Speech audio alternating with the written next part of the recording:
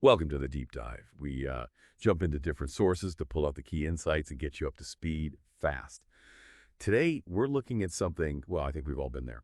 Projects that are just teetering on the edge. You know how it goes. Teams are feeling burnt out. People aren't talking. Maybe leaders are just digging in their heels, and things just seem to be spiraling. We've all seen that, haven't we? Well, today we're diving into this really interesting framework. It promises a kind of shortcut through all that chaos, turning potentially disastrous situations into successes. We're exploring the Scare to Cares framework. It was developed by Saby Waraich. He's a pretty well-known global leader in project management and leadership. Our insights are coming from a really good conversation on the PM Untold YouTube channel. So our mission today is really to unpack how this framework seems simple, but it's quite deep how it can give you a roadmap, basically, helping you see the pitfalls to avoid and, maybe more importantly, the key things to do in any tough project. Yeah, what's really striking about Sabi's approach is how he boils down these universal project headaches into something that's actually memorable and actionable. He's Yeah. really nailed the core human stuff, the dynamics that really make or break these things. That's a great way to put it. Yeah. So Sabi suggests that most projects, and leaders too, when they hit these complex changes, they kind of default into what he calls the scare mode. Mm. And it's not just like bad feelings, right? It's more of a systemic state. So, okay, let's break down scare. What's each letter telling us? Right, he lays it out very clearly. And these aren't just words, they're really critical states to understand. The S in scare, that's stress. Now, look, some stress is normal, right? Any big project has it. But the toxic kind of stress Sabi talks about, it comes from not having a clear way forward, that feeling of being stuck, like in quicksand. It's the pressure plus the uncertainty. And that uncertainty, yes, just breeds confusion everywhere, doesn't it? Exactly. Which leads straight to C for chaos. And this isn't just, messiness. Sabi points out it often comes from lacking a clear vision or maybe a roadmap. And then it gets worse when decisions happen behind closed doors and nobody really communicates them properly. So teams are just left thinking, okay, what are we actually supposed to be doing and why this way? Mm. And I guess when things get chaotic and unclear like that, anxiety can't be far behind that sort of dread. You got it. A is for anxiety. Projects always hit bumps. Always. And that naturally creates some anxiety. But here's a critical point Sabi makes about leadership. Mm. Sometimes leaders, instead of calming things down, they start micromanaging, constantly asking, what are you doing now? What about this? What are you working on? And that just ramps up the team's worry. It kills trust. Yeah, I can see that. And beyond just individual worries, one of the biggest roadblocks in any change must be people just wanting to stick with what they know. Is that the resistance part? That's a huge piece. R is resistance to change. Massive. In any complex transformation. You hear it all the time, right? But I've done it this way for 20 years. Sabi explains it's a very human thing. Often it's driven by fear. Fear of the unknown, maybe fear of losing control or looking stupid. It's not just being stubborn, it's a really deep-seated response. Okay, and the last one, ease and scare. This feels like the one that can just completely sabotage everything, even if other things are going okay. Oh, absolutely. E stands for ego. This is so damaging. Sabi talks about leaders who are just stuck on my way or the highway. They ignore good feedback, or maybe they avoid difficult conversations because they don't want to look bad, save face. That kind of inflexibility, it can literally burn a project right to the ground, all because someone couldn't adapt or just listen. Wow, okay. That paints a really clear, maybe slightly scary picture of the pitfalls.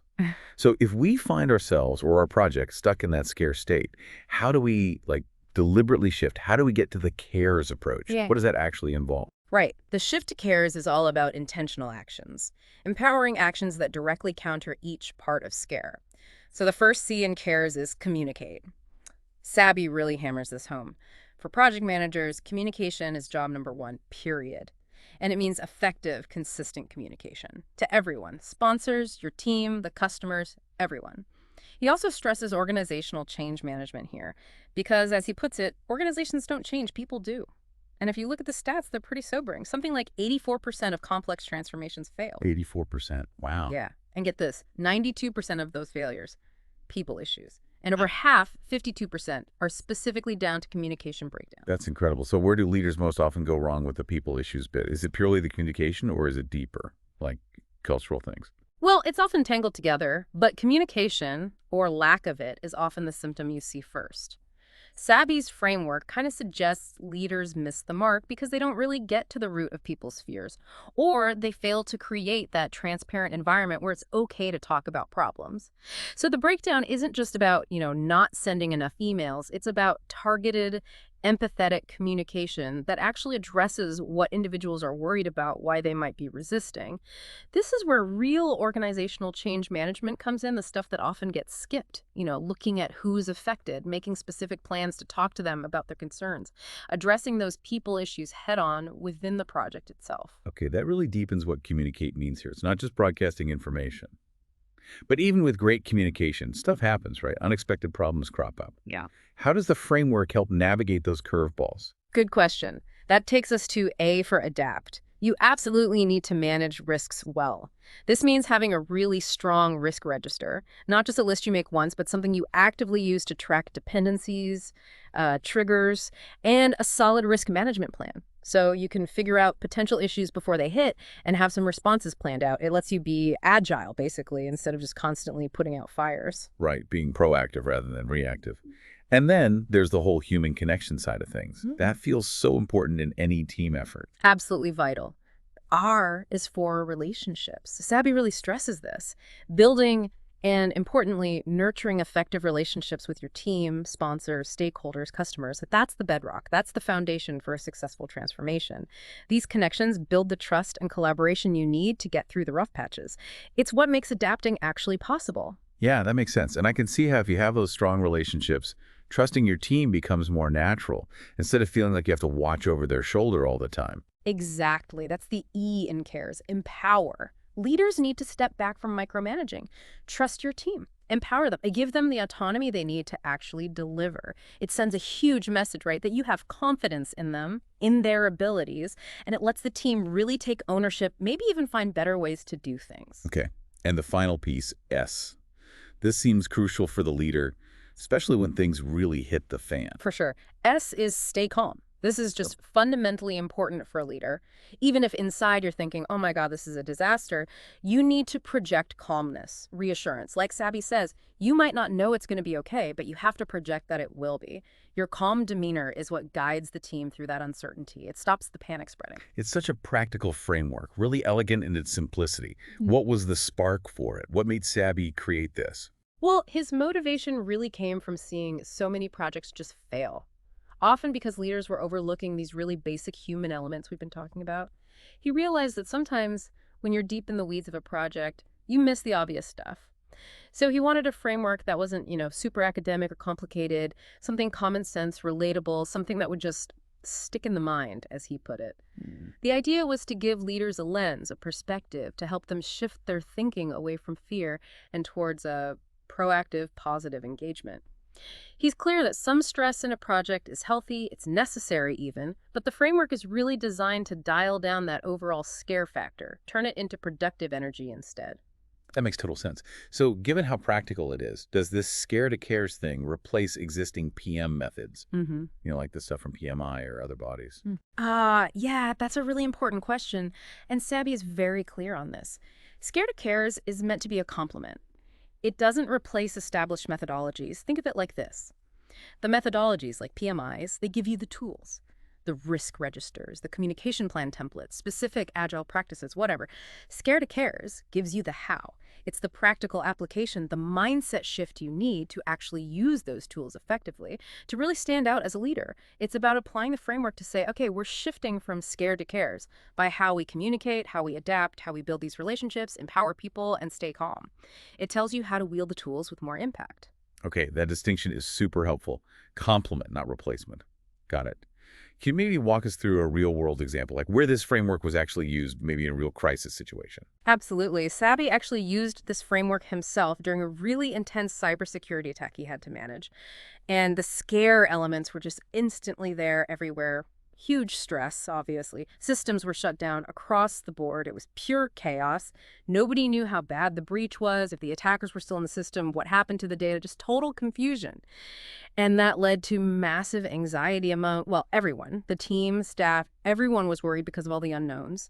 There was also resistance to change, even then. People were still using old, weak passwords or clinging to insecure habits that might have contributed to the problem in the first place. And yeah, there was definitely ego. Some technical experts initially were kind of hoarding information, maybe not wanting to collaborate fully, viewing their knowledge as theirs, not as a resource for the whole team trying to recover. Wow.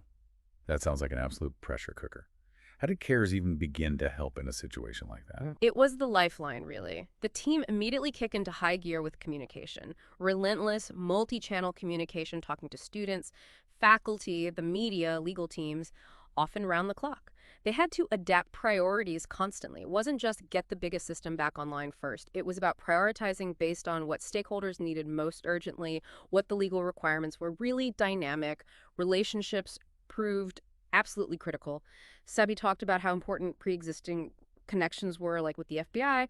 Those established relationships were invaluable during the response. He had to completely empower the technical team, trust them to make the critical calls, lead the recovery. No time for micromanaging then. And maybe the most important part, leadership had to stay calm.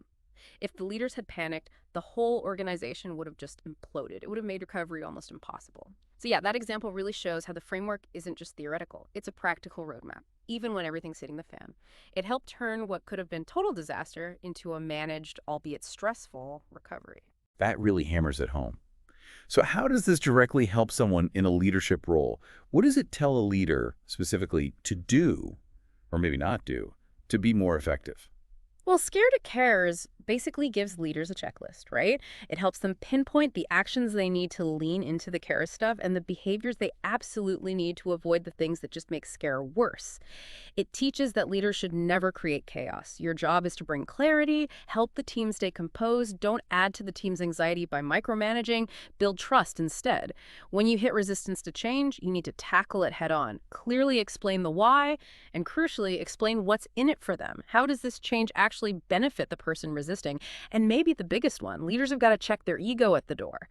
Saby really emphasizes this. Being vulnerable, admitting you don't have all the answers, accepting reality, those are strengths, not weaknesses. You have to listen to your team, be willing to change course based on reality, rather than just sticking to some impossible deadline because of pride. That just burns people out and wrecks the project. It really sounds like something that's not static, like it keeps evolving. What's next for the framework? Is Saby planning to develop it further? Yeah, actually he is. He's currently writing a book.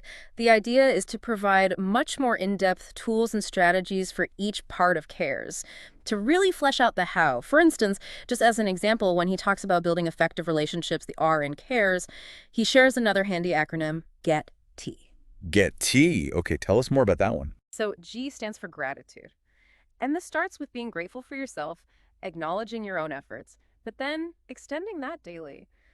Genuine appreciation for what your team members are doing. Not just a big thank you at the end of the project, but small, specific things along the way, like, a quick email saying, hey, thanks for nailing that tricky bug fix. D is for empathy. Really trying to understand and share what others are feeling.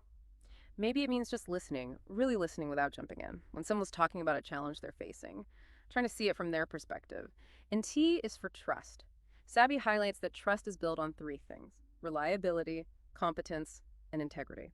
Basically, do what you say you're going to do consistently. Show you know your stuff and act with integrity, not just trying to make yourself look good or get ahead. It's about being dependable, even when it's tough.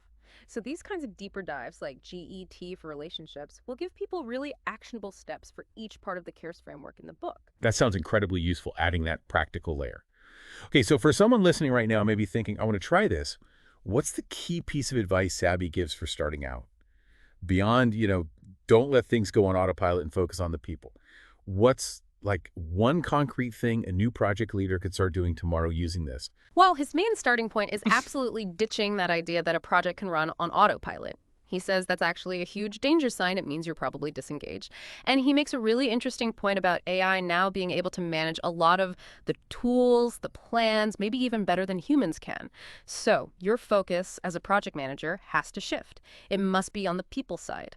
That means actually having real conversations with your team members, finding out what's going on in their lives, personally with their families, because that stuff inevitably affects the project, and AI certainly can't deal with that. As for one immediate tactical thing, Sappy would likely suggest focusing on the first C in CARES. Communicate. So tomorrow, start scheduling brief, informal one-on-one chats with everyone on your team. Don't make it a formal status update. Ask them things like, what's your biggest frustration right now? Or what's been going well? Or what do you feel we're missing in how we communicate? Just starting those conversations begins to build trust, and it helps you uncover any hidden scare elements that might be lurking. Right, so bringing this all together, what's the big takeaway for us, for anyone listening? How can we use these ideas beyond just our work projects? I think the main thing is remembering that leadership, whether in projects or life, is a constant learning process. It's an evolution. We should try to keep that curiosity mindset, always looking for ways to improve. Sabi suggests something really practical after a project wraps up. Instead of just a formal lessons learned session, maybe grab coffee with a few team members individually. Ask for really candid feedback in that more relaxed setting. You often get more honest insights that way. And this is crucial, find a mentor or a coach if you can. Someone who's maybe been through similar challenges who can help guide you personally from that potentially scared mindset towards a more proactive cares approach. Someone who helps you see the challenges not just as problems, but as opportunities to grow. That's a really powerful way to wrap things up. So the final thought for you listening is this. How can you take these principles, Scare to Cares, beyond your job? How about you use them to navigate the messy parts of your own life, maybe build a bit more calm, and foster deeper connections with the people around you?